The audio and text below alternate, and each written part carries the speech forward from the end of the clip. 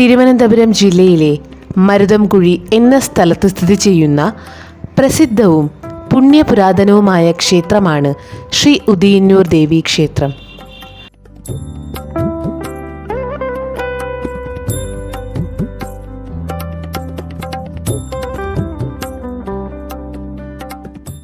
ശ്രീ ഉദിയന്നൂർ ദേവി ക്ഷേത്രത്തിൻ്റെ ഐതിഹ്യം ഇപ്രകാരമാണ്.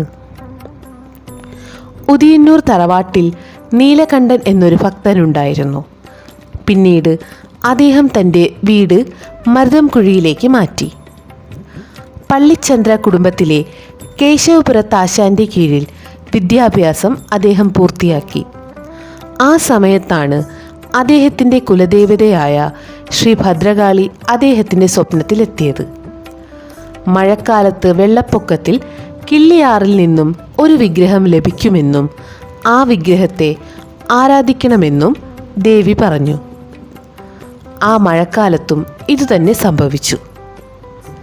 നീലകണ്ഠൻ തൻ്റെ സുഹൃത്തുക്കളുമായി വെള്ളപ്പൊക്കം കാണാൻ പോയി. അപ്പോഴാണ് അദ്ദേഹം ഒരു വിഗ്രഹം ഒഴുകി വരുന്നത് കണ്ടത്. വിഗ്രഹം കണ്ടതും അദ്ദേഹം വെള്ളത്തിലേക്ക് ചാടി വിഗ്രഹം എടുത്തു. പക്ഷേ അദ്ദേഹവും വിഗ്രഹവും വെള്ളപ്പൊക്കത്തിൽ അപ്രത്യക്ഷമായി. അദ്ദേഹം മരിച്ചുവെന്ന് എല്ലാവരും കരുതി. ഈ സംഭവം അറിഞ്ഞ് കേശവപുരത്താശാൻ സ്ഥലത്തെത്തി ചുവന്ന പുഷ്പങ്ങൾ കൊണ്ട് പൂജ നടത്തി. 7 ദിവസത്തിനു ശേഷം എല്ലാവരെയും അത്ഭുതപ്പെടുത്തി നീലകണ്ഠൻ വീട്ടിലേക്ക് മടങ്ങിയെത്തി.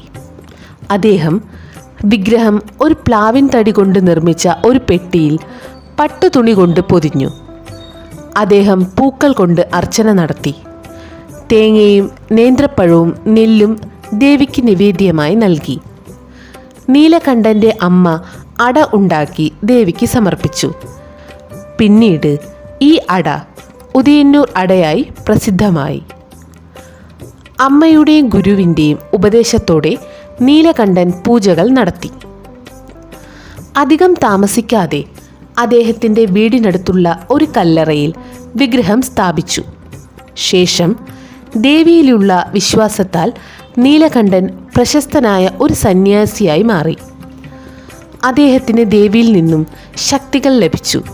തുടർന്ന് ശ്രീ നീലകണ്ഠ പരമഹംസ സദ്ഗുരു എന്ന പേരിൽ പ്രശസ്തനായി. വിഗ്രഹം വെച്ച് അദ്ദേഹം ആരാധിച്ചിരുന്ന സ്ഥലം ഇപ്പോൾ മുടിപ്പുര എന്നറിയപ്പെടുന്നു.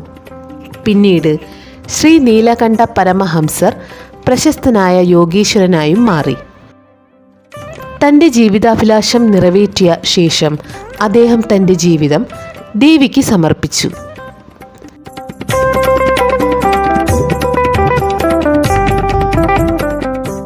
മുടിപ്പുരയ്ക്ക് പിന്നിൽ ഒരു തെക്കത്തുണ്ട്. പിന്നീട് അത് യോഗീശ്വരൻ ക്ഷേത്രം എന്ന് നാമകരണം ചെയ്യപ്പെട്ടു.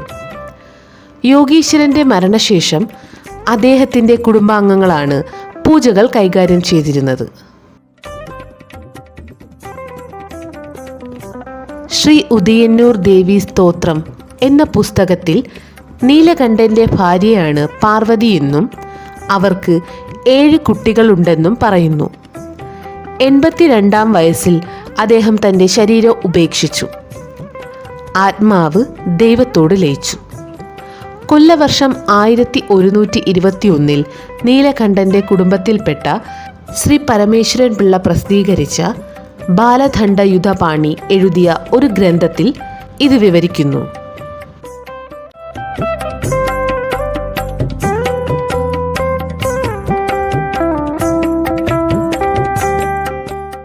ശ്രീ ഉദിയന്നൂർ ദേവിക്ക് ഞങ്ങളുടെ അനന്തകോടി പ്രണാമം.